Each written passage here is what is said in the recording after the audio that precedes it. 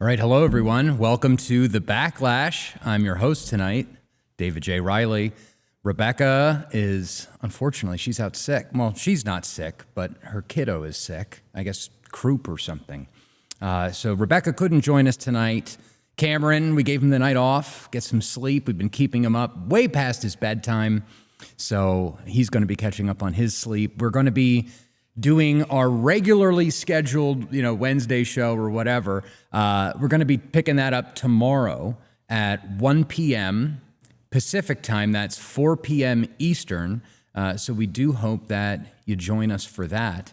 It'll be a good time. But, here to hold down the fort. We gotta keep chugging along, no matter what happens. I don't think we've really missed a show yet. Well, there's been a couple that we've missed, okay? Vince and I'll go gallivanting in Portland or Chicago. But besides those, we're trying to keep things regular here at The Backlash. Got to remind you all, before we really get started tonight, to please follow us on all of our platforms. Hey, that's not it. This is what happens when you go live alone. You've got no one to blame but yourself. Let me make sure that we get this up. Come on, you. There it is. Follow us on X at Real Backlash. You can follow us at our website, thebacklash.net. You can support us and support the podcast and our work here that we do at subscribestar.com/thebacklash, patreon.com/thebacklash. And please, you can send in your super chats tonight. You can either do that on Rebecca's YouTube channel, which we are live on. You can send in Rumble rants on Rumble. Our channel, The Backlash, on YouTube. But you can also send us some super chats via our website, thebacklash.net/superchat. We are accepting super chats from powerchat.live, Entropy, and our own proprietary crypto super chat thing. You can find all of our platforms at thebacklash.net/subscribe. And please remember to follow us on Rumble. We're so close to cracking 5K over on Rumble. And over on our YouTube channel, we've been growing very steadily. We're now at 2.84 thousand followers over at Real Backlash on YouTube. Thank you so much for joining me here tonight. Like I said, if you're just tuning in, she's out.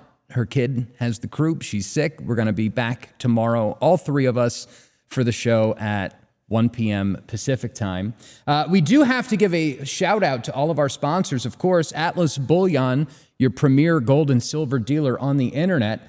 IdahoTallow.com. They make amazing soap and skincare products that won't make you gay. They won't disrupt your endocrine system. Antelope Hill Publishing, fighting to keep history alive and equip a new generation of dissidents with the materials needed to fight the anti-white regime.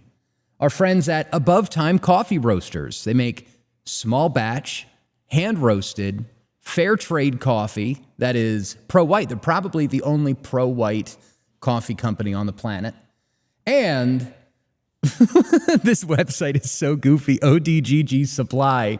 Our friends from out near Seattle, they've got everything that you need to be equipped for any kind of situation. If you don't have a bug out bag, they'll help you get one created. So visit odggsupply.com. We'll have more to say about all of that in a little bit. But first, so here's what's going on, right? Yesterday was the first local, county level Republican Party meeting that I've been to in, I want to say 8 months, maybe longer. Since we started this show, I've been pretty checked out of local politics. It's a bunch of boomers that all argue and infight with one another about the dumbest shit that really doesn't matter or affect anybody's lives. They're all virtue signaling to their pastors, to the Israeli lobby and all of this. But, I went last night just to kind of see what was going on, see what everybody was talking about. There's a lot of stuff going on in Minnesota with ICE. There's a lot of fraud that's being exposed nationwide, not just in Minnesota, but everywhere. Idaho, Maine, all of these daycares that are taking our tax dollars and misappropriating it and committing fraud. And also, we've had a pretty crazy winter here in North Idaho. It's been very dry, and we rely on that snowfall to fill up our reservoirs so that we can run our dams to generate electricity. So there's a lot of things that are going on that really do kind of affect us at the local level, our tax dollars, our electricity. There was also a very big meeting earlier in this month. The Republican Party of Idaho passed a resolution calling for the prosecution of Lon Haruchi and all of the agents involved in Ruby Ridge, some of them are asking for the death penalty for killing Sammy Weaver, Vicky Weaver. This all happened back in 1993, just about 45 miles up the road, Ruby Ridge. And so, it's been interesting to see what's been going on and these resolutions that are coming out, and most of them pretty good from the state level Central Committee. But last night, I drop in and there was a whopper. This is a 33-page thesis paper attached to a one-page resolution. I finally got my hands on it. And so we'll go over this in a little bit. But basically, it was 68 people sitting around arguing for about an hour and a half about another resolution for Israel. And so I could not believe it. Felt like I walked into a different planet with people that are just living in la la land. And so I went to the meeting, I came home, and I recorded a little segment, fresh, while it was all fresh in my mind. And so that's what I'm going to share with you today. It's Dave After Dark. And so we've got a little segment here that we'll watch. And then when we come back, you'll see a couple of edits that I made in it because I didn't have my hands on this resolution, this whopper of a resolution. We're going to take a look at that. We'll dissect the resolution. And we're also going to get into a little bit of stuff about Holocaust Remembrance Day, which was yesterday. In case any of you forgot, just on the off chance that you forgot that, the Holocaust happened. Yesterday was International Holocaust Remembrance Day, and there were some problematic statements made by the Pope, His Excellency Pope Leo XIV. And I touch on it a little bit in this pre-recorded segment, but we're going to dive really deep into it, Nostra Aetate, Vatican II, and we'll wrap it up from there. But anyway, sit back and enjoy. This is Dave After Dark. So tonight was the first night that I went to the local Republican Party for their monthly meeting. First time I've gone in a long, long time. I've been pretty checked out when it comes to local politics. It's been a lot of infighting, a lot of bitching, a lot of old people arguing with one another about who can be more loyal to Israel, who can be more anti-extremist. We need to show up for our Republican conservative values that all men are created equal, that the founding fathers and the Constitution, as communists are doxing ICE, as they are doxing law enforcement that are trying to uphold the law in Minnesota.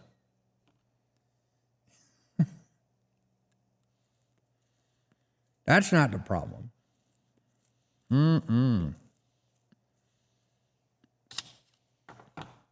Not that extremism. We don't need to condemn that extremism.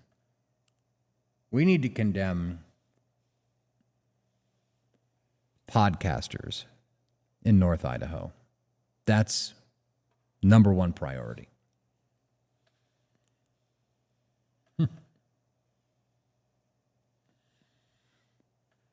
And so tonight, there was a resolution that was introduced at the KCRCC meeting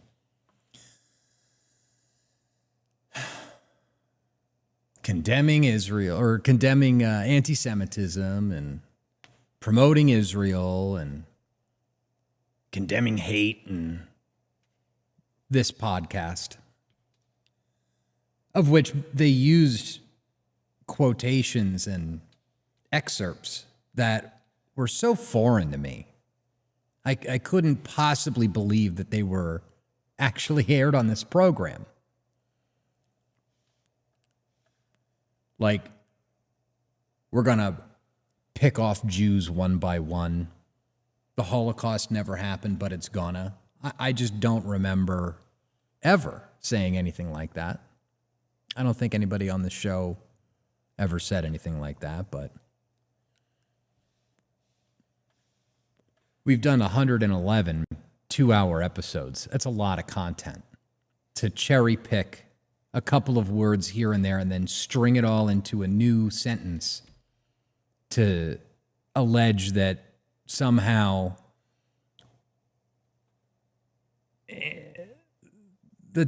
like we're going to round up a bunch of people and kill them. You watch this podcast. Maybe you do, maybe you don't. But that's not what we talk about here. What we talk about here is, like, I don't know, church teaching. What has the church taught about the Jews and Christians in our relationship? This whole doctrine of sicut Judaeus non, that was the standard of the church from 1100 until 1965, when everything changed at Vatican II.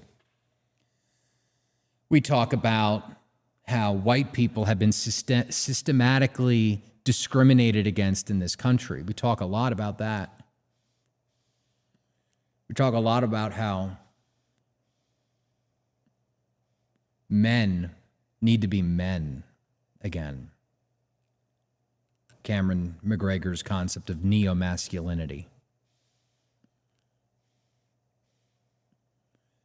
I talk a lot about being virtuous, about being a pillar in your community, about building a world that you want to leave to your kids and your grandkids.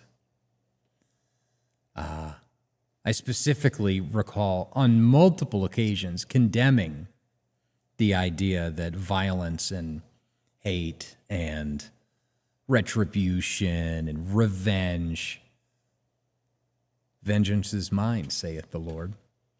But they don't quote any of that. They don't quote that stuff. No, they focus on these ugly things. Ugly. And they get together and write up a resolution.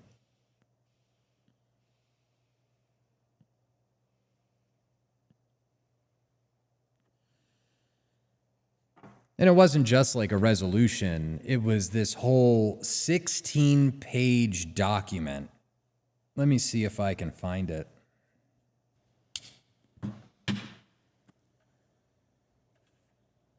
I will work on getting that for you.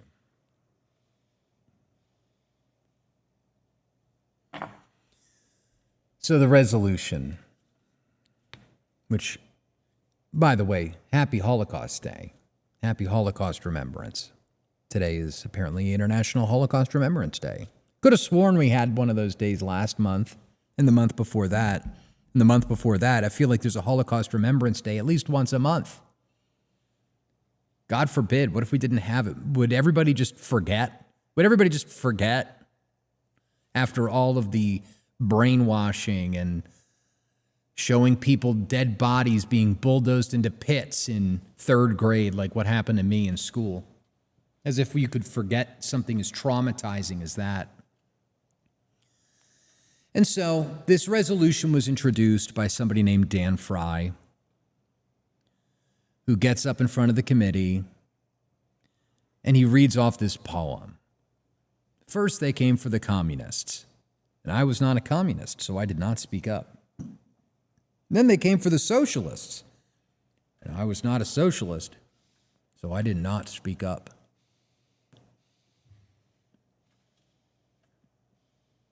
Then they came for the trade unionists. And I was not a trade unionist, so I did not speak up. And then they came for the Jews. Right. And so this was a poem written by a Lutheran pastor in Germany, pro-Nazi Lutheran pastor in Germany.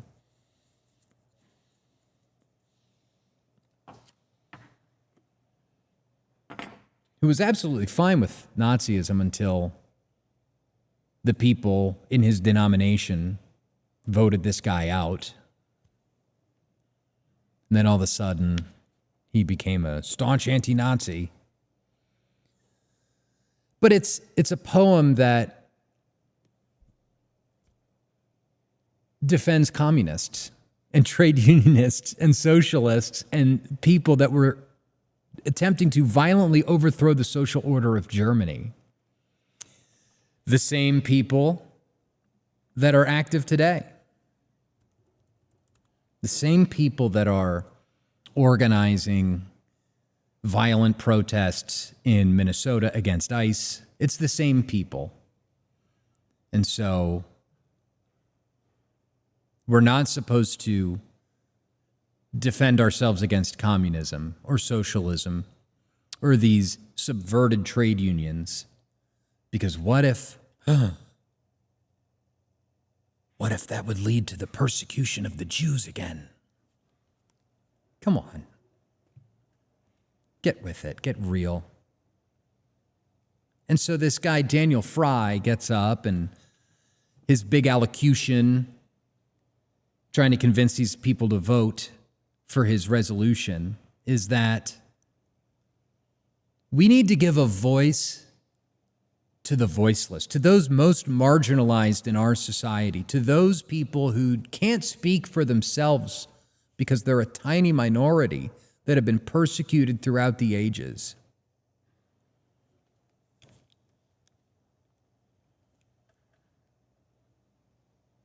Who runs the banks? Who runs CBS? Who runs the AI and tech data infrastructure? Who runs Google? Who runs all of these movie houses, Paramount Plus, right? David Ellison, Larry Ellison, Barry Weiss at CBS, Larry Page, Sergey Brin, the record labels, the Miami nightclubs, Howard Lutnick, the Secretary of Commerce, his children who run Cantor Fitzgerald, one of the 24 Fed securities houses that deals directly with the Federal Reserve. Right? These are the people without a voice. These are the weakest people. Where have you been? They run our government. They run our media. They run the nonprofits that fund all of these evangelical churches. You're not being brave. You're not giving voice to the voiceless. You're an NPC, regurgitating talking points that have been fed to you by Israeli military propagandists at PragerU, at CBS, at Paramount Plus, the New York Times, Washington Post. All of these people have Goldberg, Steen, Witz at the end of their names. We literally cannot go a month without hearing about the Holocaust. We can't go a month without hearing about October 7th. We cannot go a month without Hanukkah and it's like we live on different planets or something. And so then this other woman gets up, Nina Beasley, and she starts crying. crying like a weak, wailing, post-menopausal woman who's upset, incorrigible. She sounded delusional, frankly.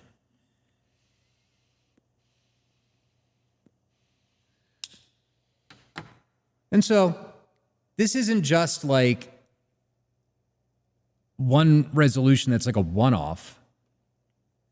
It was the fifth resolution in 3 years unequivocally supporting the Jewish nation, the Jewish people. And as they're debating this, somebody very rightly brought up the anti-Catholic things that have been said on that committee, the discrimination against Catholics, accusing them of being monarchists, accusing them of being anti-Semites or whatever, for believing what the church has always believed, for believing that, oh yeah, you know, the Pope, he's like the monarch of the church. So that means you're a monarchist? You want to like get rid of the president? You want to get rid of the governor and make yourself a king? What the fuck?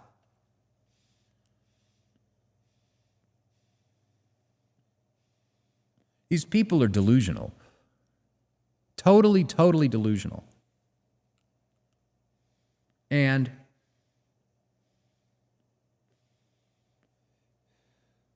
you know, they put up a fight. The good people on that committee put up a good fight.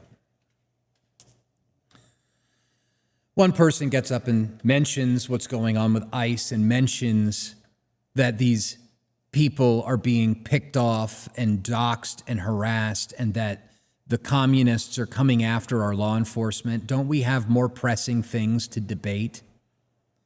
You know, we're in the middle of one of the driest winters here in Idaho.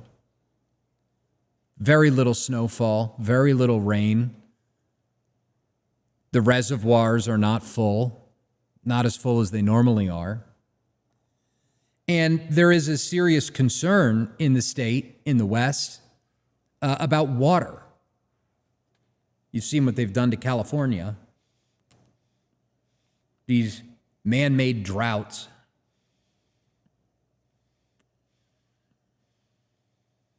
And so instead of passing a resolution about ICE or deportations, instead of passing a resolution about the future of our state and our water and our sovereignty and our ability to be secure going forward into the future,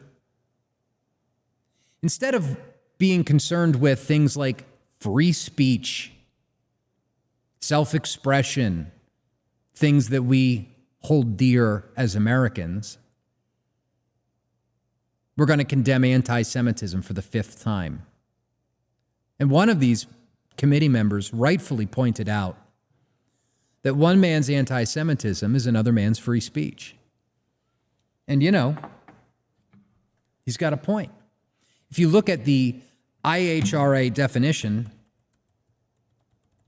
of anti-Semitism, which I'll put up here on the screen, we'll take a look at this together. This is one of the things that they want passed. These Zionist evangelicals,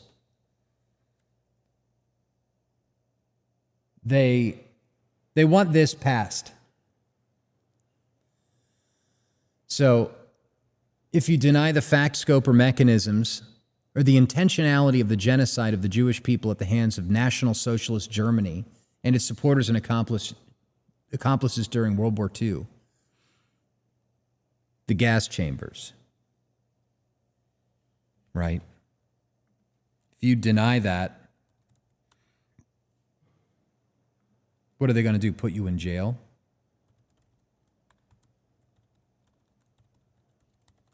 And so, for example, if you, I don't know, post this on your social media, are you going to be thrown in jail? Let's take a listen. Nazis were enemies of communism. Communism killed hundreds of millions. Hitler allegedly killed 6 million Jews. It's untrue. It's just not true. It's a fabrication. That so-called Holocaust is quite simply a fabrication. You can spend a couple of hours on the internet, and if you seek out the revisionists, the best revisionists, you'll see all the evidence points one way, and all of the emotion points in the other way. The emotion fully backs 6 million Jews wickedly killed in gas chambers by the Nazis. Ooh. All the emotions on one side, all the evidence is on the other. Nazis. Bishop Williamson had the balls to say it. God rest his soul. May he rest in peace. Dare I say, pray for us. So according to the IHRA definition of anti-Semitism, that would be illegal. Accusing Jewish citizens of being more loyal to Israel or to the alleged priorities of Jews worldwide than to the interests of their own nations. So asking the question, is Ben Shapiro more loyal to Israel or to the United States of America? That would be illegal. Applying double standards by requiring of Israel or the Jewish nation a behavior not expected or demanded of any other democratic nation. Like, I don't know, how about you don't kill 30 civilians for every one dead combatant? How about we keep the amount of collateral damage down? That's illegal. My favorite, claims of Jews killing Jesus or blood libel. Drawing comparisons of contemporary Israeli policy to that of the Nazis, or holding Jews collectively responsible for the actions of the state of Israel. This is the IHRA definition of anti-Semitism, and this is what these people want passed. So, let me read you some quotes here, some more quotes. I don't have them on the screen. Actually, I do. I can get them on the screen. I posted it earlier today. How about that? I'll see you in jail, I guess.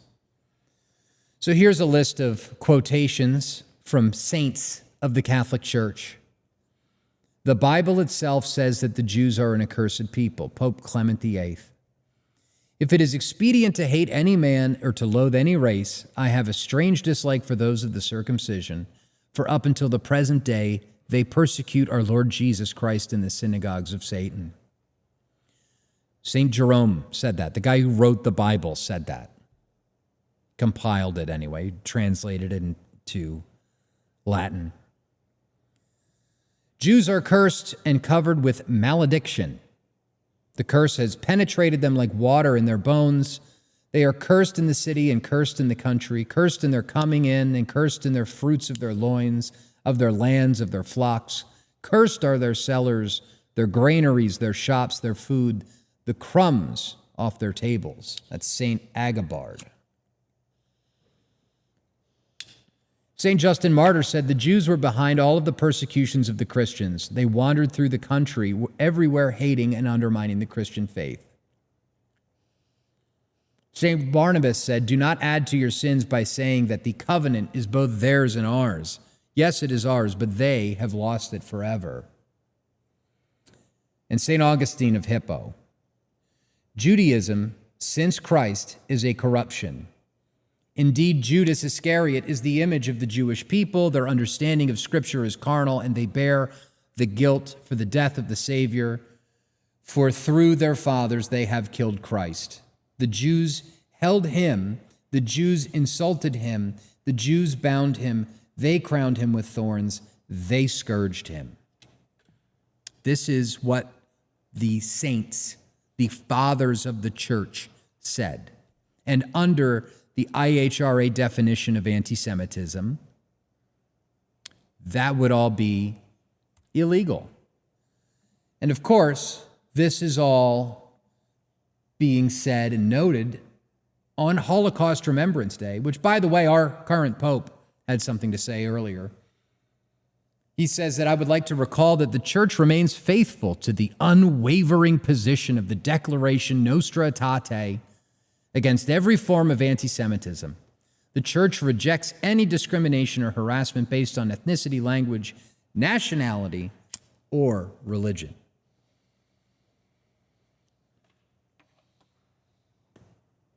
Unwavering.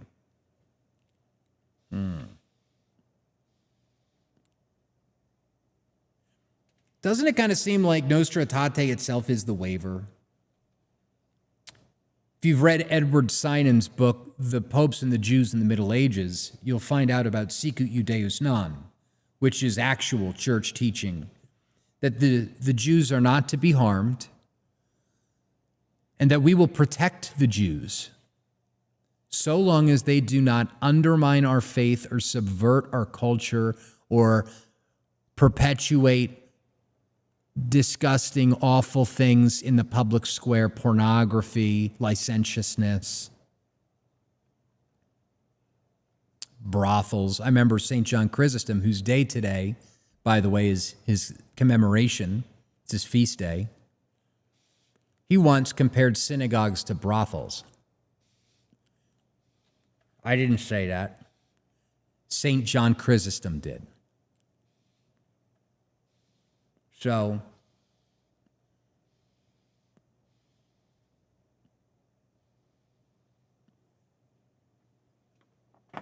here we are. This is what we're doing. We're going to condemn anti-Semitism for the 5th time in 3 years. And we're going to leave all of the things that are pressing and urgent today, things that risk destroying this country. We're going to put that on the back burner. We're not going to discuss that. We're not going to pass resolutions on that. We're going to focus solely on the Jewish people and our support for the state of Israel. Got it. And by the way, this Daniel Fry guy, take a wild guess which church he goes to. If you guessed he went to Candlelight Church, the church where the pastor has recently been alleged, I mean, he said it with his own words on a recording that was made public, that he molested his neighbor's daughter, that his own daughter was molested and he did nothing to protect her. Their youth pastor brings felons in with the kids at their youth group meetings. And this is the church where Dan Fry goes to. Dan, hey, if you ever want to come on the podcast and have a little debate, we'd love to set that up. Or Paul Van Noy. Hey, if you want to come on, anytime, let us know when you're free. We'd love to host a debate about all of this. But it's sickening. It's sickening, isn't it? So I'll have to get the actual text of the resolution. But I wanted to share that with you. Went there tonight for the first time in a long time. And, the resolution, it passed 37-31. Pretty even split on that committee, if I do say so myself. Pretty even split. And it wasn't just Catholics, by the way, that voted against it. It was all kinds of people that have eyes and ears, that have seen what Israel has done in Gaza, murdering children and women, dancing on their graves. And now this board of peace, which is going to turn Gaza into a resort on the bones of all of the dead that have been massacred by the Jewish people in the furtherance of Greater Israel, a doctrine which this church, Candlelight Christian Fellowship, teaches. But no, we're the bad guys. I'm the bad guy. I'm the extremist for believing what the church always believed, for believing that, I don't know, an eye for an eye and a tooth for a tooth leaves the whole world blind. That's extremism to these people. Loving your neighbor is extremism to these people. And they get up and they cry and they weep and they gnash their teeth. And if you don't pass this resolution, you're an anti-Semite too, just like those backlash people. That's how this works. It's like blackmail.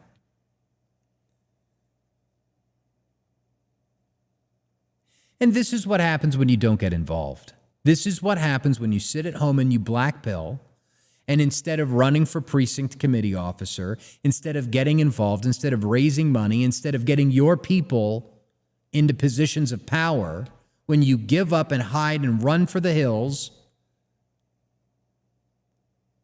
guess who's left? Crazy people that live in La La Land.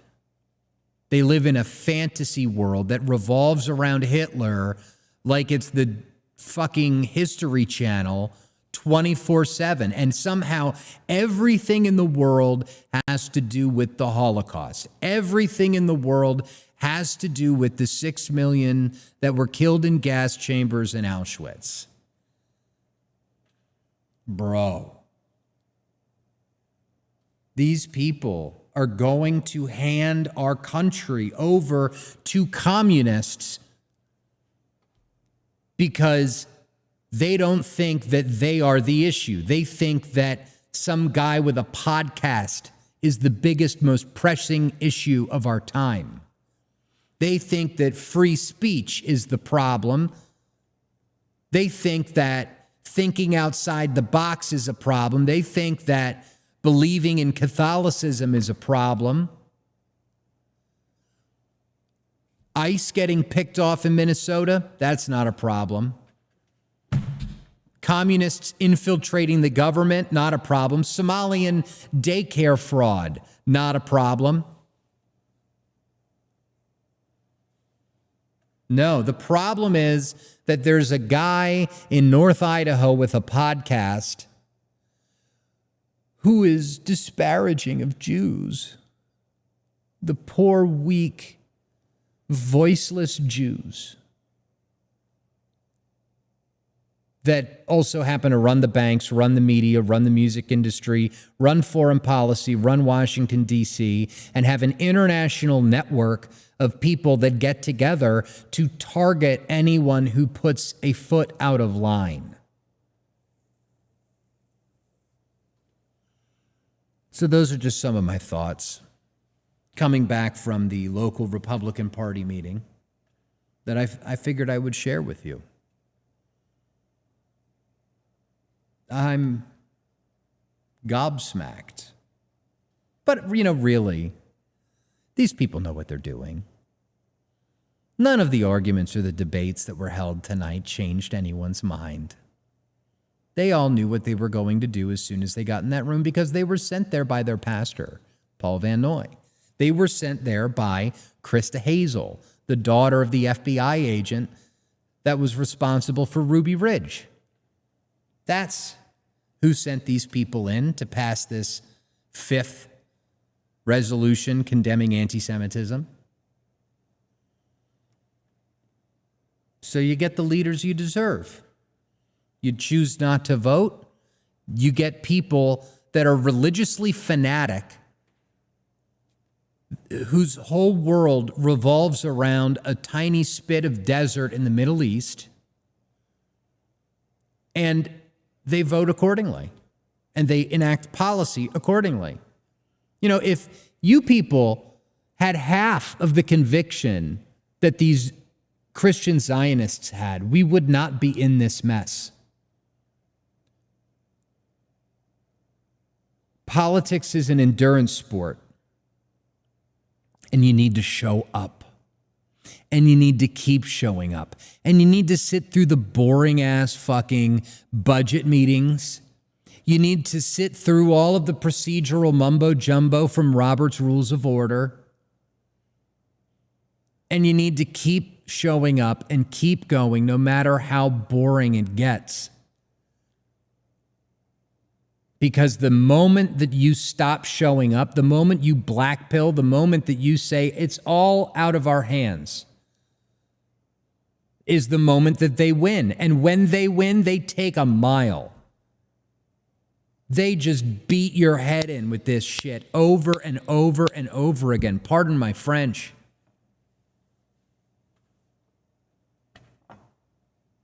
You don't like seeing our government bending over backwards for Israeli interests? You're tired of hearing about Israel and Gaza and what's going on in the Middle East? Yeah, I am too. That's why you have to show up. That's why you have to speak up. That's why you have to call your representatives and bitch at them. And no, it's not going to change things overnight. You know, Rome wasn't built in a day. But it takes persistence. It takes commitment. We're not going to get a leader voted in who's going to make everything right overnight like that. Geez, I can't snap with my left hand. We're not going to get a leader that's going to fix everything like that overnight, in a day, in a year, in 10 years, in 20 years. By the time that my grandchildren are my age, we're still going to be fighting. There is not some nuclear war that's going to kick off. The sun is not going to explode. You don't need to hide in a bunker or go off into the hills. You need to stand and fight. You need to be committed to this cause of putting our country first, putting our neighbors first, putting Jesus Christ the King first. And if we don't do that, and if we don't show up, and if we don't give it every ounce of our being, if we don't build parallel institutions, build our own institutions, parallel economies outside of their control matrix, if we're not actively engaged in this, then yeah, it is all lost. But it's your decision. You're giving up. Don't give up. It's really that simple. I'm going to go to war on the black pillars.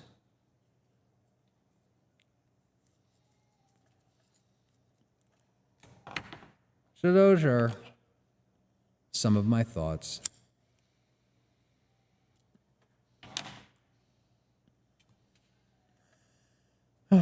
Isn't it so tiresome? It's all so tiresome.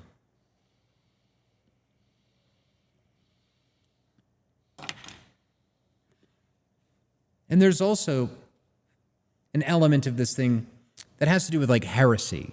And it's not just the heresy of Christian Zionism, it's that people like you and me are heretics to the modern world. The world, the flesh, the devil, these are your enemies. And when you stand up against these things, a mechanism is triggered that treats you and I like the heretic. And everybody has to come in and self-reinforce. They have to expel the heretic so that they can go on running on their hamster wheels. And of course, all of this is happening at a time when, like, I don't know, the US dollar is breaking. Have you seen this? Gold futures are now above $5,300 an ounce. And guess what? It's not stopping anytime soon. The dollar is fucked. It's fake. It's fugazi. It's printed paper out of nothing. Do you think they can build AI data centers with paper silver, with call options? They're using silver in the Cat5 cord that they use to interlink all of these servers. They need physical silver to be able to build these things. And you think that the top is in? You're wrong. Anyway, those are some of my thoughts. Thank you for sharing this time with me. God bless you. I don't know if I'm going to post this or not. If I do, it'll probably be like a, unlisted secret video. So there you go. Have a good night. So anyway, as it turns out, Rebecca's kid got sick with the croup, and that is not a secret video anymore. That's the show. That's like the main part of the show. So thank you so much for tuning in. We're not done yet. We are just getting started here. But first, I do want to point out just how right I was. So I recorded that last night at about midnight, between like midnight, 1 o'clock. And sure enough, gold hit another all-time high today, $5,400. Silver's back up. Everybody yesterday was saying that the run on silver is over. It's not. And so that's why I need to give a big shout out to our sponsor, atlasbullion.com/backlash.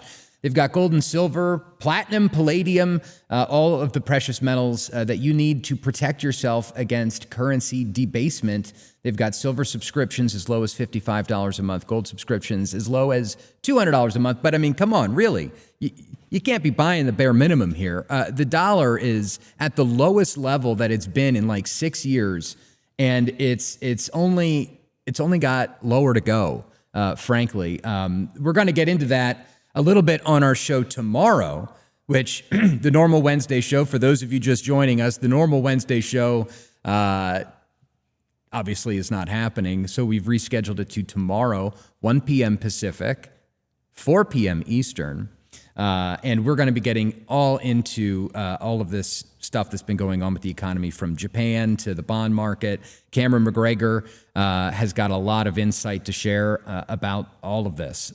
So please make sure that you tune in, make a point, but also make sure that you visit our friends at Atlas Bullion and get yourself prepared. Now, since I recorded that little rant, in the middle of the night, I actually got my hands on the actual resolution. So we'll be able to read this and go over this a little bit. I'll pull it up on the screen for you here. So this is resolution number 2025-1010, title, A Resolution Condemning Anti-Semitic Disinformation and Defending Truth and Civic Integrity, submitted by Daniel Fry, Precinct Committeeman in Precinct 509. Let's zoom in a little bit, make it a little bit easier for you to read. Whereas the Kootenai County Republican Central Committee in Resolution 2025-0902 affirmed support for Israel and condemned acts of anti-Semitic violence, and whereas anti-Semitism endures through violence and disinformation that distort history, divide communities, and erode civic trust. Okay, can I time out right there? Anti-Semitism endures through violence? We're leftists now, right?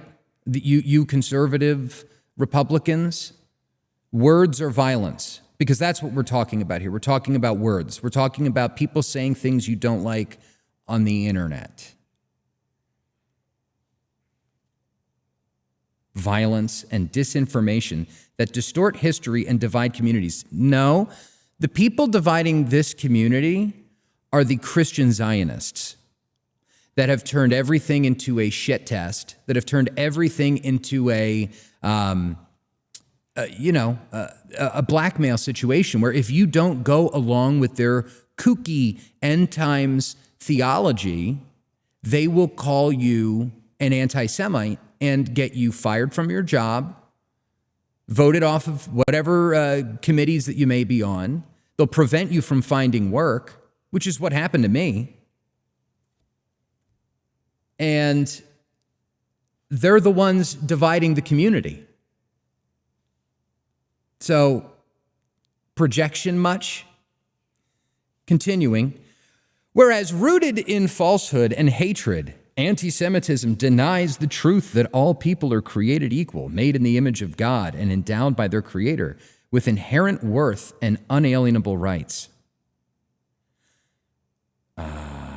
Last time I checked, that's like only true in America where we have this. It's novel for, 1,776 years. That's not like how the world operated, by the way.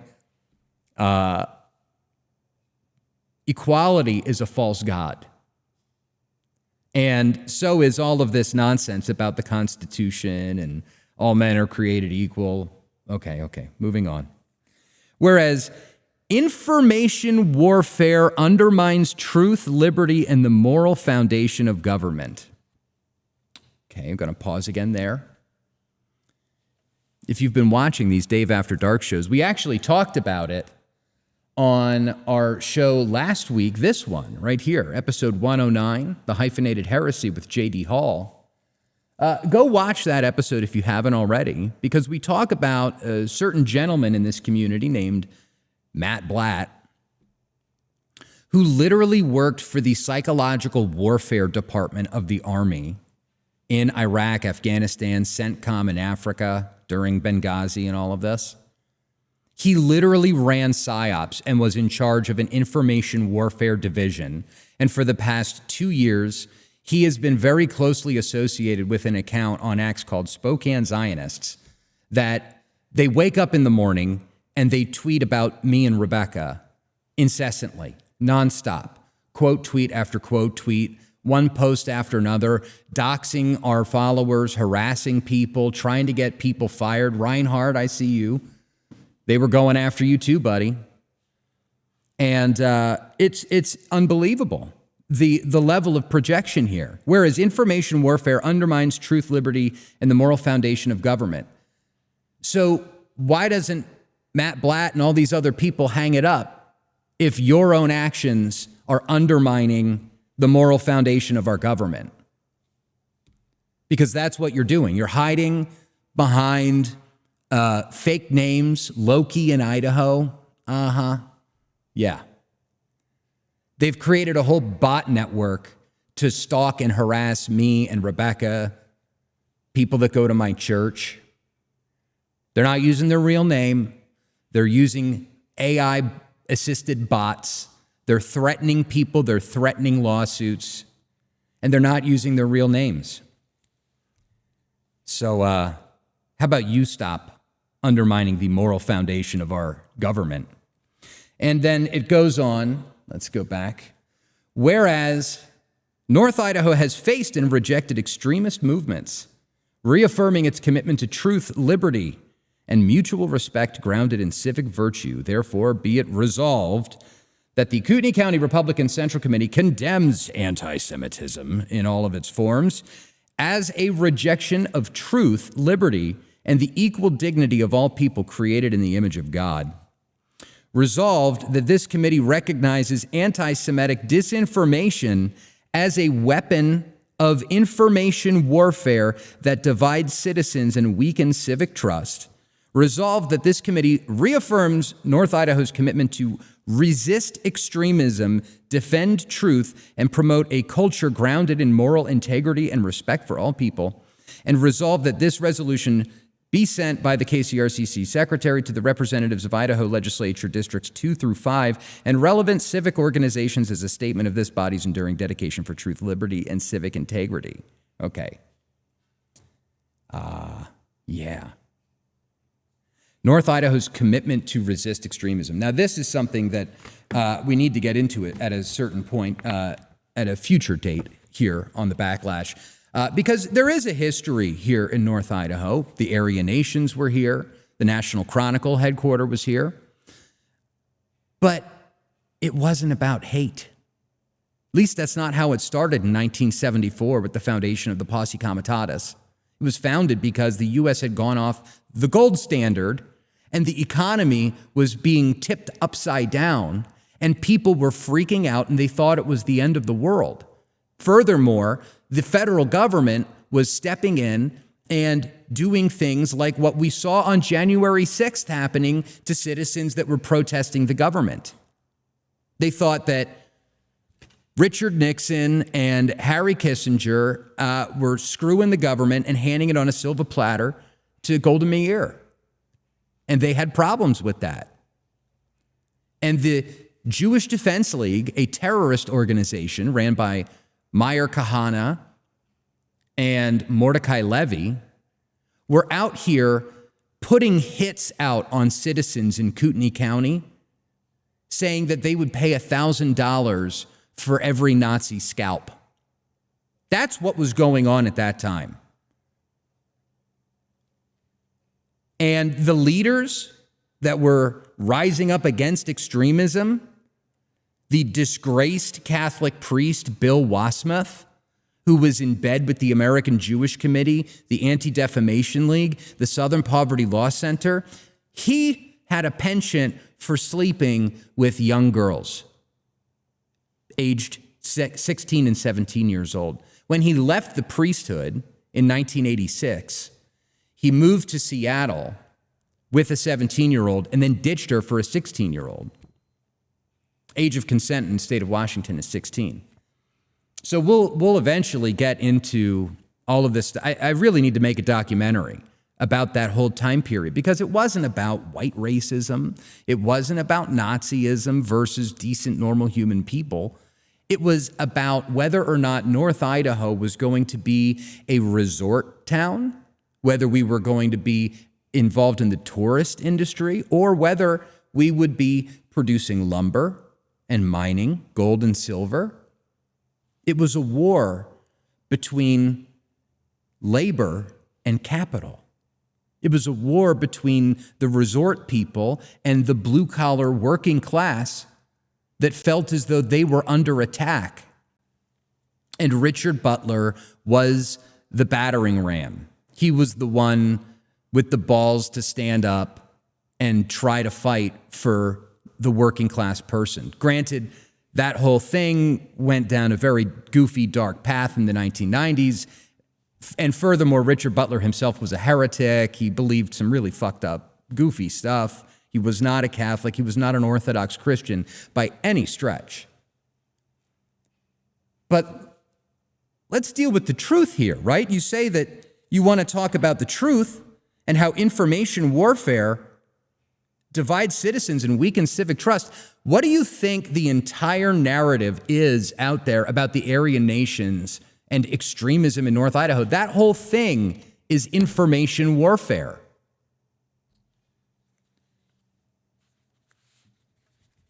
And no matter how much evidence we bring on what happened in World War II, on what happened up here in the 1890s or the 1990s, no matter how much information that we bring, these people aren't going to change their minds because they've been demoralized. And I've got a little clip about that. In case you haven't seen it, in case you've been, living under a rock, you've got to make sure that you watch this video. It was produced by, all people, the John Birch Society in the 1980s, I believe. This guy named Yuri Bezmenov has something to say about psychological warfare, information warfare. Let's take a quick listen to what he has to say. Ideological subversion is the slow process which we call either ideological subversion or active measures, активные мероприятия in the language of the KGB, or psychological warfare.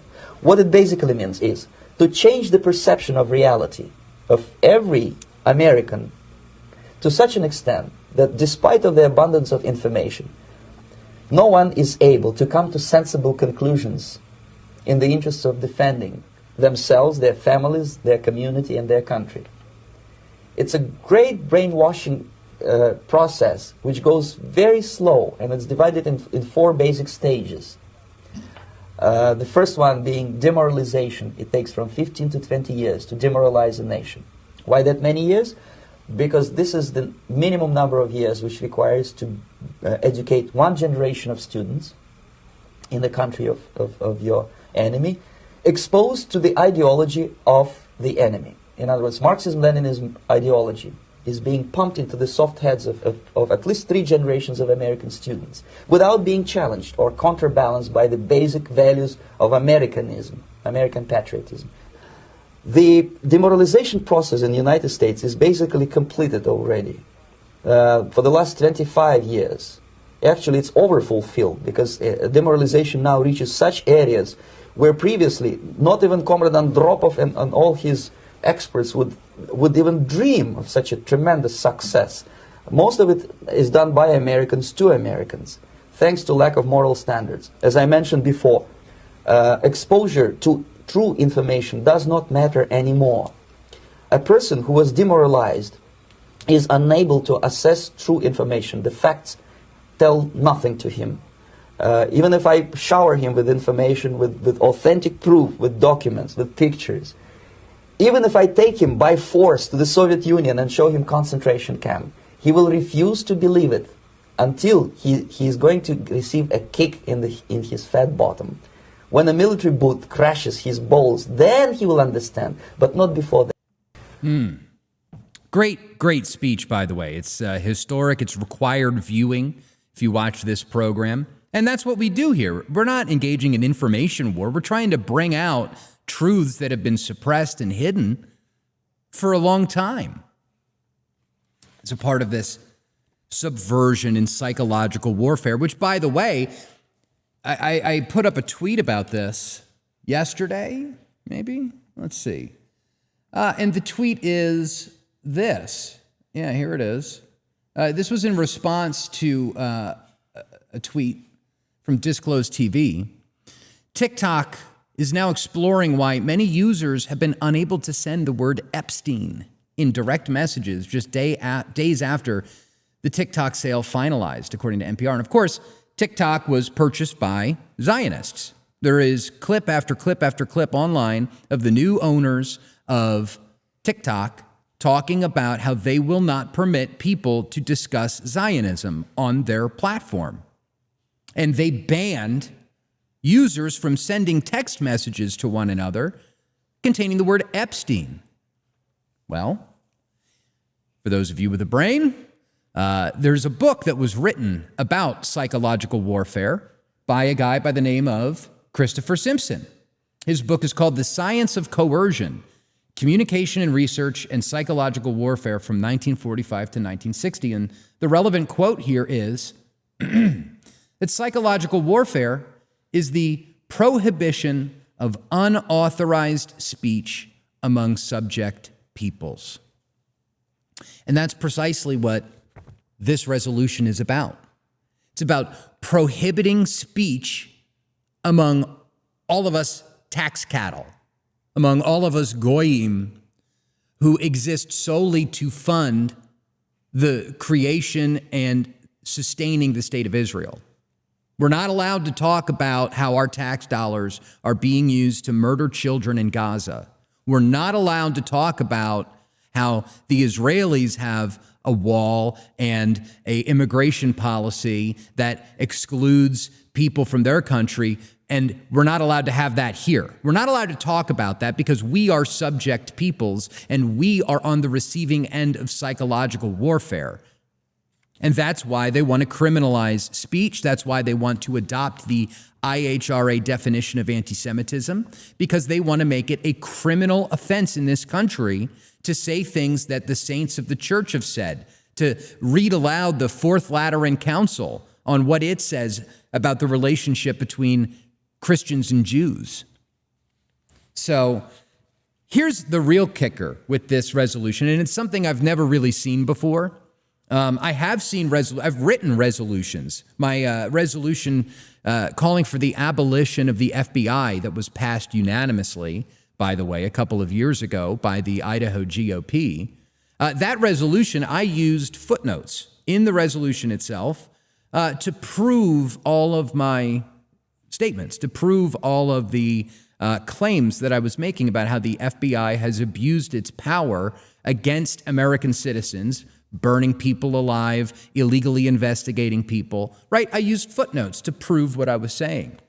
Now, what this guy, this clown Daniel Fry, what he did is here at the very end of the piece, he puts, author's note, the attached white paper, The People of Israel, a comprehensive rebuttal to anti-Semitic narratives, provides supporting historical and evidentiary context. So that's what this 33 pages of nonsense is. And not only that, I've got a copy. I was very pleased to be able to get an actual copy of this thing so that I could share it with you. You're going to see it instantly when I put this on the screen. So here's the white paper. Here's the front page. Okay. Just offhand, what does that look like? What does that look like to you? Does it look like ChatGPT? Because that's what it is.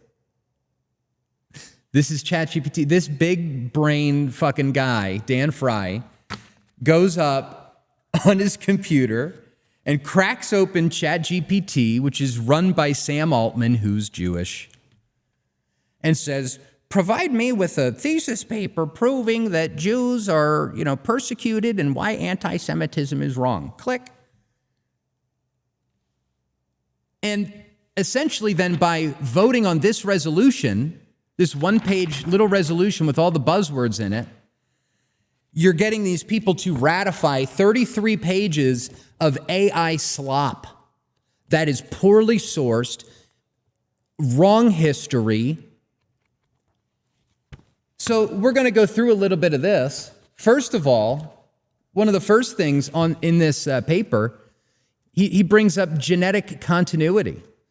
Modern population genetics provides conclusive evidence that contemporary Jewish communities share significant ancestral ties with ancient Israelites and Levantine populations. Actually, if you go back to Dave After Dark, it's my second episode. I interviewed J.D. Hall, who is an expert on this. He's a pastor. He has been studying this for 20 years. And we actually pulled the studies up, the actual genetic studies, on the screen. And the one study that I pulled up said it was 20%. 20% of their DNA matches the ancient Levantine populations. But that's not even true. It's like less than 1%. They are not genetically related to the ancient Hebrews. As a matter of fact, it's the Palestinians that share DNA. But once again, it's not about your DNA. It's not about who your father was. How many times did Jesus have to say it in the Bible that God is not a respecter of persons, that it doesn't matter if you're the son of Abraham. I could make the rocks into sons of Abraham and I could make the rocks cry out. So, the whole paper is just more of the same. I actually took the PDF of this thing and I ran it through my own AI. It's not working. Hold on. Where is my laptop screen? This happened because I recently updated my computer to whatever this new hellish version of, was it Tahoe? OS X Tahoe. Sorry about that. So, was this paper written with the assistance of AI? Yes, the paper explicitly states that it was written with AI. So, now debunk it. And here it is. And it just goes through debunking things that are not true when it comes to the UNGA, the League of Nations. It overstates anti-Semitism statistics and muddles them. It treats population genetics as conclusive for political legitimacy, which of course it isn't. Palestinian identity is modern is a classic rhetorical bait and switch. It smuggles theology into sovereignty and then says everyone does it. Okay, the section about the protocols of the elders of Zion is mostly right, but, hey. And on it goes. It misquotes major legal authorities. It inflates or miscites key statistics from the ADL. It commits category errors by treating genetics as dispositive for sovereignty. It uses identity timeline rhetoric. It relies on philosophical sleight of hand. And it uses a little bit of stuff that's mostly true about the protocols of the Elders of Zion, which like nobody actually talks about. But it's worth reading, by the way. Go read that book. And then look around the world that you live in and compare. Doesn't matter if it's a forgery or not. It was written in like 1910. Does it describe the world around you? Well, that's some foresight, clearly. So anyway, just ridiculous. This like I'm gonna use ChatGPT to come up with this bogus paper to prove my niche, bizarre heresy of Christian Zionism, and then I'm gonna pretend like an expert on the subject. And then if anybody votes against it, I'm going to call them an anti-Semite. And then we're going to take pictures of all the people that voted against it and vote them out. That's what was going on. This is all being spearheaded by people with deep ties to the military-industrial complex in Israel, people with ties to the IDF and the Mossad. And they're here at the county level doing what they can to manipulate people into voting for genocide. And so that's what happened at the KCRCC meeting last night on Holocaust Remembrance Day. Now, some other stuff that I wanted to get in with you on is Nostra Aetate, this tweet that I mentioned in my little pre-recorded video from the Pope. Pope Leo XVI came out with a tweet, and we're going to get into it. But before we get into it, I'm going to shamelessly plug our sponsor, North Idaho Tallow Company. They've got amazing stuff. Soap, no lampshades, guys. They don't make lampshades, but they do have soap made out of cow fat and some pig fat. It's not kosher. It's not halal. Only white Christians can use this stuff. So be prepared. But they've got soaps, skin balms, lip balm, candles that are all made without soy, without endocrine disruptors. It's all healthy. If you're trying to get your testosterone up, throw away the Dove soap. That stuff is made out of petroleum byproduct. It will totally mess up your inner workings when it comes to your endocrine system. So visit idahotallow.com. And by the way, you can build that parallel economy by paying in Bitcoin. But I digress. They've also got this amazing signature gift box ready to gift for Valentine's Day. But your time is running out. You're going to need to get orders in by the 31st of this month if you want to buy your loved one a nice soap and skin balm package from idahotallow.com. Oh, yeah. I was born to shill, okay? So I wanted to get into this tweet with Pope Leo. And, there's a lot of people that watch the show that aren't Catholic. I get it. I'm not trying to make you Catholic. I am. I totally am. But listen, it's important because Catholic charities, the Catholic Church, is deeply involved with all of this third world migration. It's deeply involved with furthering liberalism in our society. This guy, Andrew Pretty, or whatever his name was, this guy that was shot recently, right? Let me pull up the video because we've got some more on this stuff. It was Alex Pretty. I'm sorry. He was found. They've got this video of him spitting on ICE agents and then kicking them, destruction of property, impeding their investigations into all of this Somalian fraud, all of the money laundering that's been going on in Minnesota. And Alex Pretty he's a Catholic. He is what I would call a Novus Ordo Catholic. He is a modern Catholic. He is a Catholic that believes in Vatican II. And this tweet from Pope Leo yesterday cites one of the key documents here of Vatican II, and that document is called Nostra Aetate, The tweet says, "On Holocaust Remembrance Day, I would like to recall that the Church remains faithful to the unwavering position of the declaration of Nostra Aetate against every form of anti-Semitism. The Church rejects any discrimination or harassment based on ethnicity, language, nationality, or religion." And it says that it's unwavering. But here's the problem. In 1965, this book came out, The Popes and the Jews in the Middle Ages, which discusses all of the theology and all of the statements and the papal bulls and everything written about how Catholics and Jews interact with one another.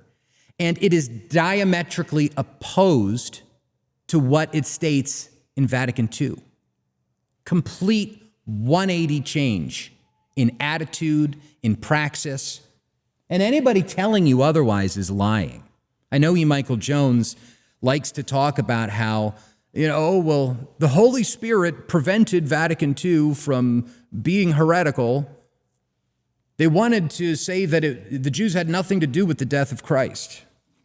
And, that's not what it says. I'll read you a little bit of what it says. It says, "True, the Jewish authorities and those who followed their lead pressed for the death of Christ. Still, what happened in his passion cannot be charged against all the Jews without distinction then alive, nor against the Jews of today.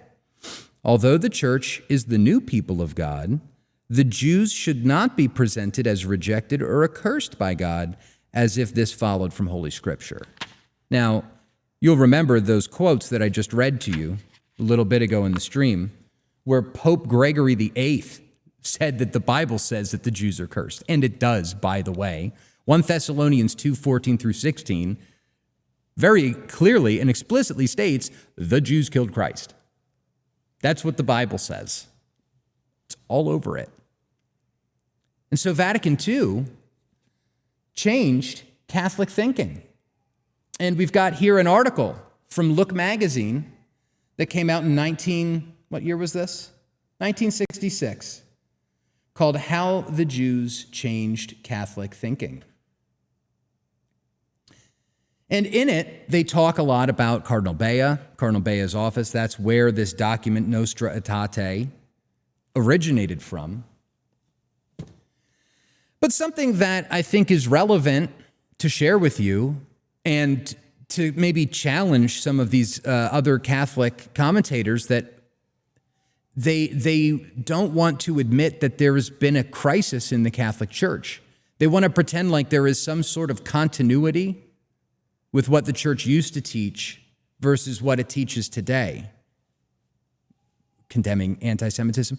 We've never even defined what anti-Semitism is. The only definition of anti-Semitism that we have is this nonsense from the IHRA, which basically would criminalize the Bible. So, we've got a problem here. We've got a significant problem here that nobody seems willing to address. And then when you dig a little bit deeper, into this Vatican II stuff and Nostra Aetate, we find who wrote the document. Does anyone know who wrote Nostra Aetate? The document that E. Michael Jones defends to the hilt, and all of these other Catholic commentators? Are we aware of who wrote it? Well, I am. His name is Gregory Baum, and he was a sodomite Jew that allegedly converted to the Catholic faith, drafted Nostra Aetate specifically to absolve Jews from the guilt of Christ's death, declare that the old covenant was still valid, and end the church's mission to convert the Jews. While serving at Vatican II, he engaged in secret homosexual acts, he hid his sodomy to keep influence, and then he quit the priesthood in 1974, married an ex-nun, and then lived in an openly bisexual relationship with his male lover. And in his memoir, he bragged, quote, if they had known, I would have lost credibility. This is the guy who rewrote Catholic doctrine regarding the church's relationship with Jews and everyone else.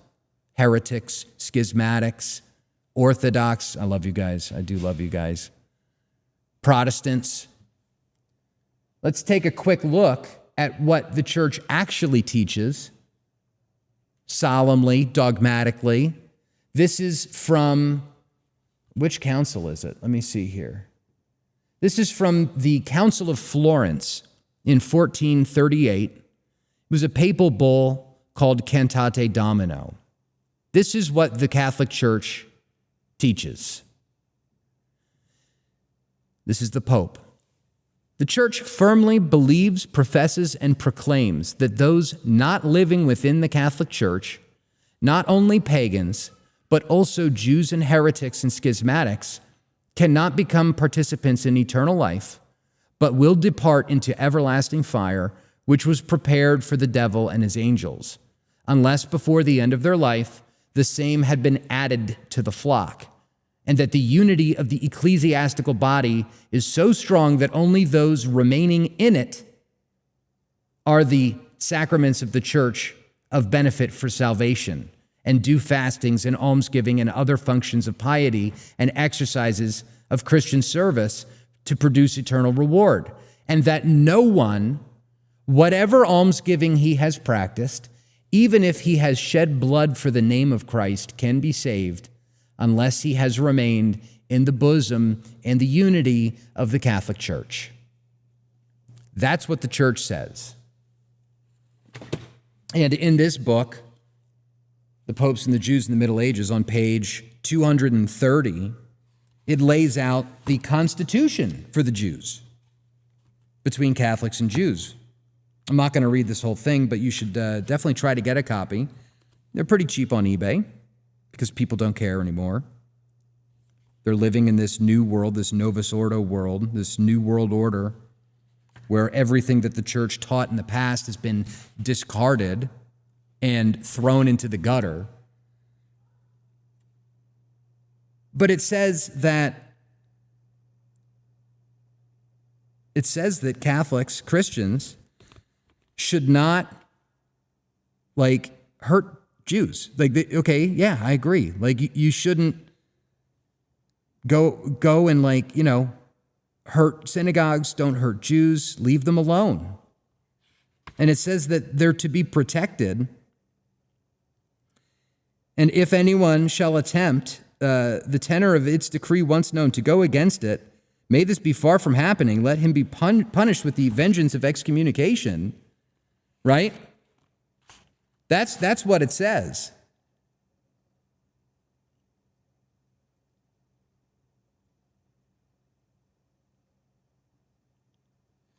But it also says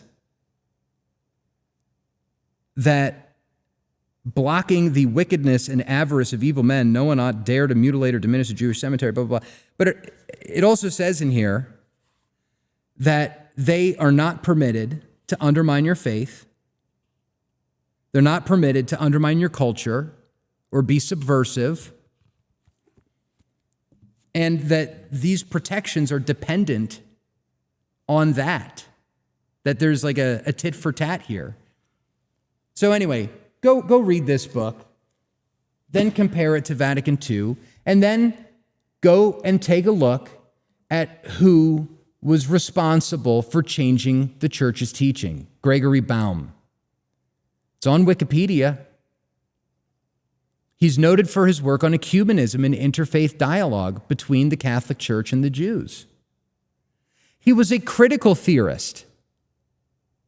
He worked to connect the Frankfurt School's concept of the end of innocent critique with liberation theology's preferential option for the poor. He was born to a Jewish mother.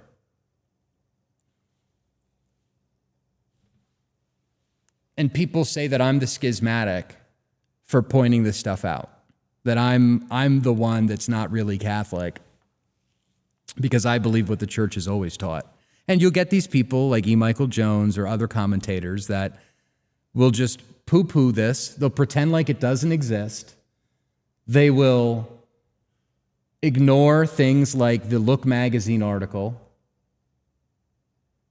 and they'll pretend like everything's okay in the church, and it's not, and it's very clearly not, because we've got people rioting with communists in the street of Minneapolis, getting shot, protecting a group of people that has been defrauding our government and stealing your tax dollars. That's not Catholic. That's not just in any sense of the word. So anyway, another good resource that is not AI slop, by the way, that was written by someone far smarter than me and far smarter than someone like Daniel Fry. Get a copy of this book, The Kingship of Christ and the Conversion of the Jewish Nation by Father Dennis Fahey. He actually goes in at the end of this book, and I forget which page it is, maybe like 150, the 150 area. He starts talking about the Anti-Defamation League and the Southern Poverty Law Center. In this book, which was written, by the way, in 1953. It was given its imprimatur by the Bishop of Dublin, Ireland, I believe. 1953. And he talks about how these Zionists have targeted white people, how they've targeted Europeans, because they haven't forgiven us for the destruction of the temple in 70 AD. And that there is, in fact, a plan, a global organized world Jewish plan to attack the West, to attack white people, and to destroy our nations, to ensure the existence of the Jewish nation. Check this book out, The Kingship of Christ and the Conversion of the Jewish Nation. All right. Is there anything else? Have I missed anything? I wanted to talk about Gregory Baum, Vatican II. You can find out more about this church that's engaging in all of this subversive activity at candlelightrevealed.org. You can get into all of their theology, their doomsday beliefs. You can see videos of them talking about Greater Israel, about how they want the Jews to expand the state of Israel. So, if you live in North Idaho, figure this stuff out, man. It's unbelievable. Anyway, this website is candlelightrevealed.org. Just got to give them another shout out because they've done some amazing work. I think I've got a couple of super chats, so we're going to get into them. But first, speaking of good books, you can't go wrong with Antelope Hill Publishing. They are fighting to keep history alive and to help equip a new generation of right-wing dissidents with the information needed to fight the anti-white regime. They have a varied catalog that includes newly updated and an expanded third edition of Dr. Kevin MacDonald's Culture of Critique, the essential modern text on Jewish identity, Dr. Ricardo Duchesne's magnum opus, Greatness in Ruin, the definitive scholarly examination of European exceptionalism, as well as works by Kerry Bolton, Paul Kersey, and Josh Neal. Antelope Hill recently brought David Irving's iconic Nuremberg the Last Battle back into print and have numerous translations of historical works from eras such as Fascist Italy, National Socialist Germany, and Civil War Spain, previously unavailable in English. There are also plenty of books on contemporary issues such as transgenderism and the opioid crisis, Christian nationalism, as well as history books, novels, and children's books. So whatever your interest is, you're bound to find books that you'll like at Antelope Hill, all professionally published with sleek modern cover art. So help us and help our people by checking out companies that share our values and fight for our cause. Visit antelopehillpublishing.com and use promo code BACKLASH10.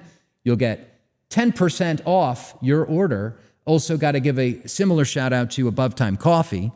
Same promo code, same discount. They've got amazing small batch, hand roasted, free fair trade coffee. See, free trade that's the Jewish thing where they like steal from people in the third world, you know? Fair trade is when you actually pay people like a living wage. It's a good thing. And Above Time Coffee Roasters does it. And by the way, they're the only pro-white coffee company in the United States of America. So please visit abovetimecoffee.com. Use promo code /10. This stuff will put a pep in your step in the morning if you're like me and you don't like getting out of bed. And, you know, it takes a while to get your gears going. Above Time Coffee you will get your zing on with these people. And by the way, their French press is now back in stock. So you can get the fullest, most flavorful cup of coffee with your French press from Above Time Coffee. And once again, please use the promo code because they keep track of how many of these things that we're selling for them. So help us, help our people buy some frickin' coffee, okay? We've got some super chats. First one coming to us over on Rumble from the Winged Hussar, who sent $20. This sounds like they are sourcing online comments or possibly live chat when you never would have endorsed. No, these people, they have a whole website dedicated to this podcast and like doxing my friends, doxing people I go to church with. I'm not even going to put it on the screen. But yeah, these are the worst people. They engage in psychological warfare, information warfare, and they are, you know, trying to put it off as though niggas thinking freely over here that we're the ones with the problem, when they're the ones dividing our community. They're the ones that are spewing all of this just garbage and extremely dark, ugly stuff to get their resolutions passed. And by the way, you know, resolutions only really work when they're in conjunction with legislation. Otherwise, it's toilet paper. And considering this is the 5th resolution in 3 years, they're just printing toilet paper and a lot of it. So anyway, yeah, they're disingenuous people, and they're just, you know, they are of their father, the devil. They lie. So Vlad sent $10. Hey, nerd, you should harass Vince to get on an After Dark episode for funsies. Keep up the good work. Here's some money. Just saw that you were streaming, and so now I'm catching up. I'm an hour behind. Salute. Thank you for the big super chat, Vlad. Yeah, Vince is back, by the way. Let me pull that up. You got to help him find his friends. Vincent James has reactivated, or he didn't reactivate, he created a new Twitter account. So please make sure that you go follow him. Even though he's still not a regular on the show, he's still a friend of the show. It's Da Vincent James over there on X. Please follow him. And I spoke with him last night. Actually, I didn't just speak with him last night. Maybe the reason why I bullied him, you know, I think I might have bullied him back on this app. We were hanging out just a couple days ago. Where's the picture? Come on, you. Where is it? Here it is. We were hanging out just a couple days ago. I gave him his first pipe, by the way. He'd never smoked a pipe before. So anyway, he came out to celebrate my birthday. Now he's reactivated his Twitter. We're going to do some Twitter spaces with him, okay? So make sure you're following him. Make sure you're following the Backlash. And yeah, what do you guys think about the pipe? Is it dumb? Is it stupid? Should I like just go back to using the knickknacks? Or does this help me channel my inner George Lincoln Rockwell? I don't know. But smoking tobacco is good for you, although it is addictive. Gorilla Hands sent $10 on Entropy. People need to realize that they are going to be fighting this battle for the rest of their lives. There's no quick fix or easy solution. It might take generations or even centuries. Yeah, man. We talked about this a little bit with Pete Quinones on our Monday show. You know, look at what happened in Spain, right? The Jews came into Spain.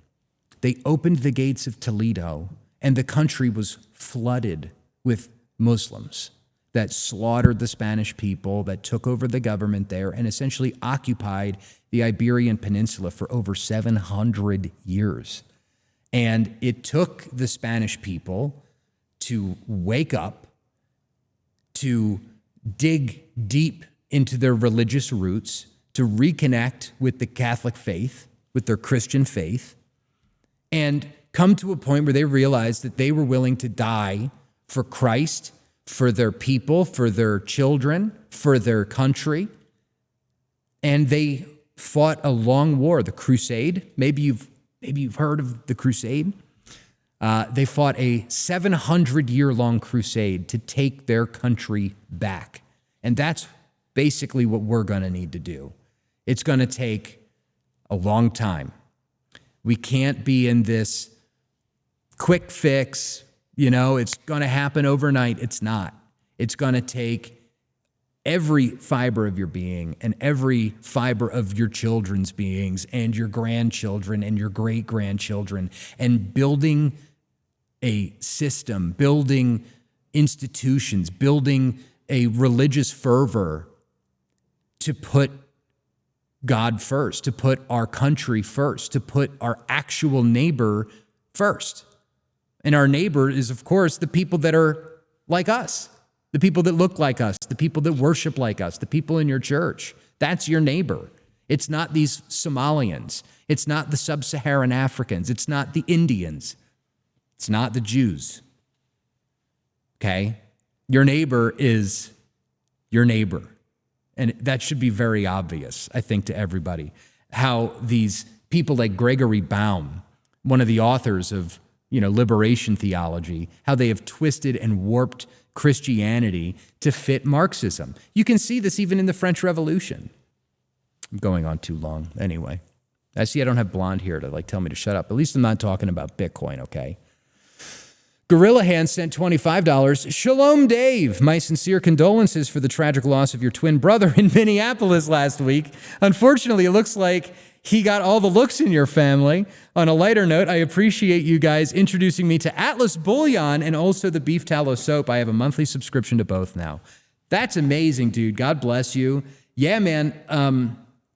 We've got a lot that we're going to be talking about on the show tomorrow when it comes to the currency, when it comes to the money situation in this country. We are in the middle of the great monetary reset, okay? This happens every couple of 100 years. And I don't think people understand the gravity of what's going on. And not to talk too much about, crypto or Bitcoin or whatever, but it is worth noting that Tether Tether is one of these companies that does stable coins. They just launched a US dollar stable coin. It's the first one regulated under the Genius Act.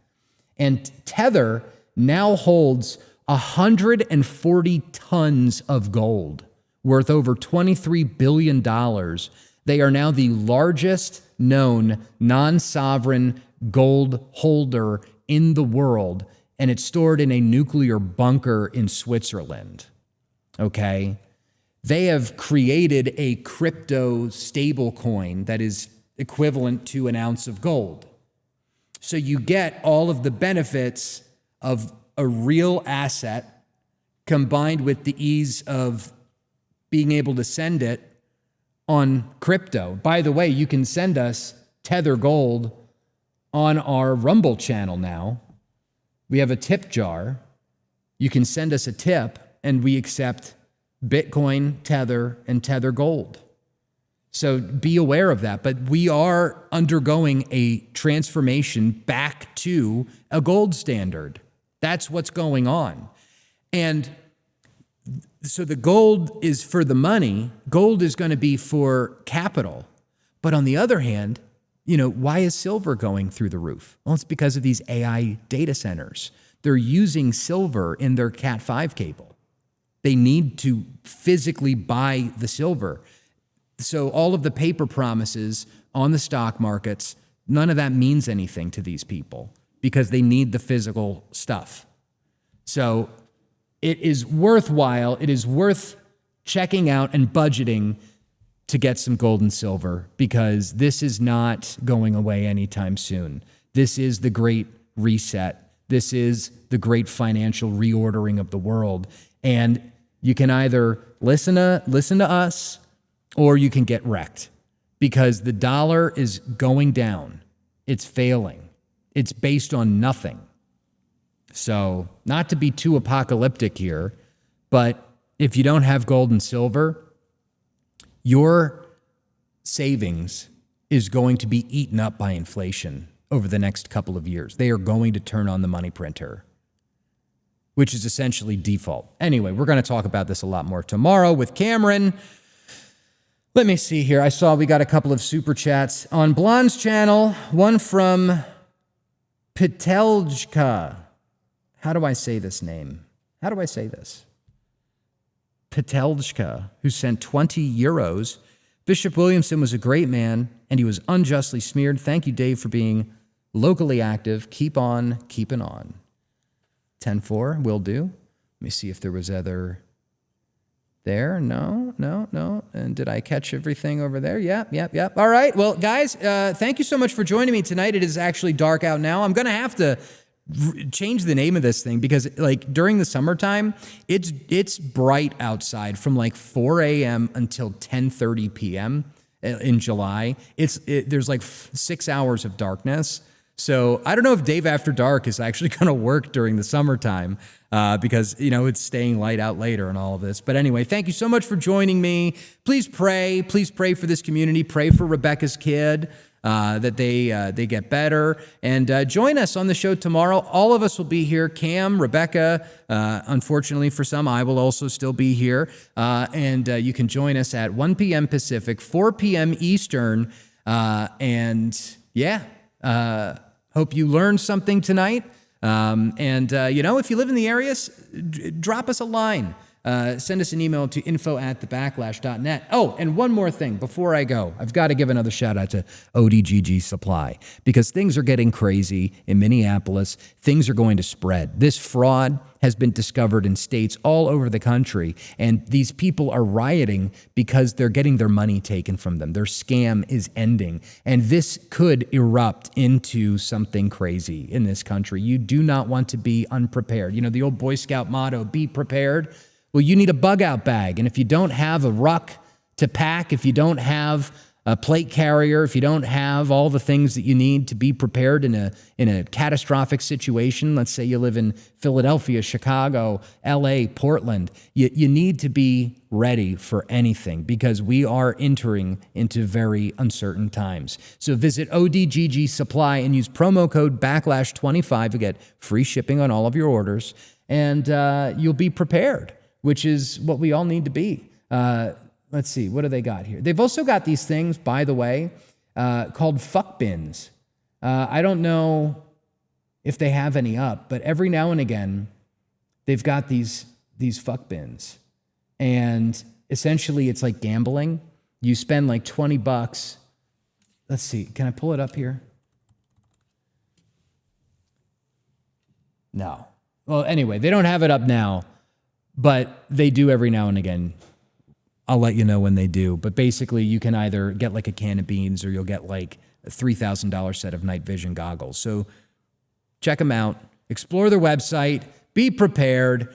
Stay active. Think local. And God bless you. Thank you for joining me tonight. Have a good one.